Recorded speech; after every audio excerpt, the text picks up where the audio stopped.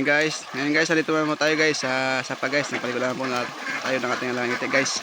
Ngayon guys, kung bakit tayo po guys, talaga ang saya po na guys na maligo. Tapos mo lang kumain sa ating pinakain na sa ng saging at darak. Pero guys, naghalo din po tayo ng kunting pills guys. Huwag po tayo magpupuro na organic. Dapat magpipills mo tayo kahit minsan. Yan guys, dito po tayo ngayon guys sa sapa.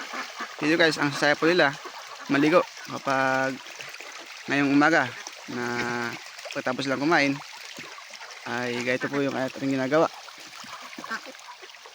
Yan guys. Kasi guys, kung pupuntahan guys dito sa sapa ay baka maglusot po sa ito guys, sa lambat na ito. Makalaya pa sila guys kapag di pa tayo binantayan.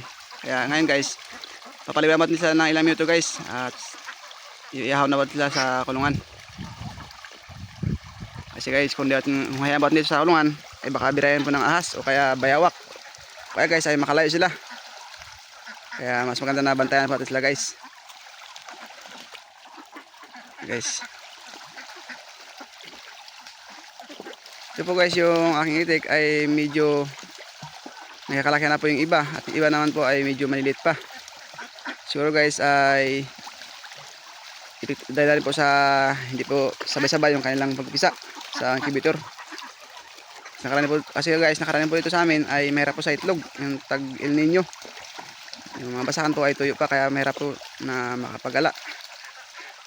Kaya medyo nakaraan guys, may kahirapan sa itlog. Kaya hindi po sabay yung pagpisa atin sa kanila. Guys, hanggang lang po yung aking video guys sa bagang ito. Ito lang po yung guys yung update ko sa analytics, sa paligo ng sa umaga. Thank you guys sa lagi panonood ng aking video at pagsuporta. Kung may katanungan po kayo guys o comment, advice guys ay mag-comment lang po kayo sa ating comment section para po mabasa po natin guys. Thank you po guys sa inyong panonood at sa inyong oras.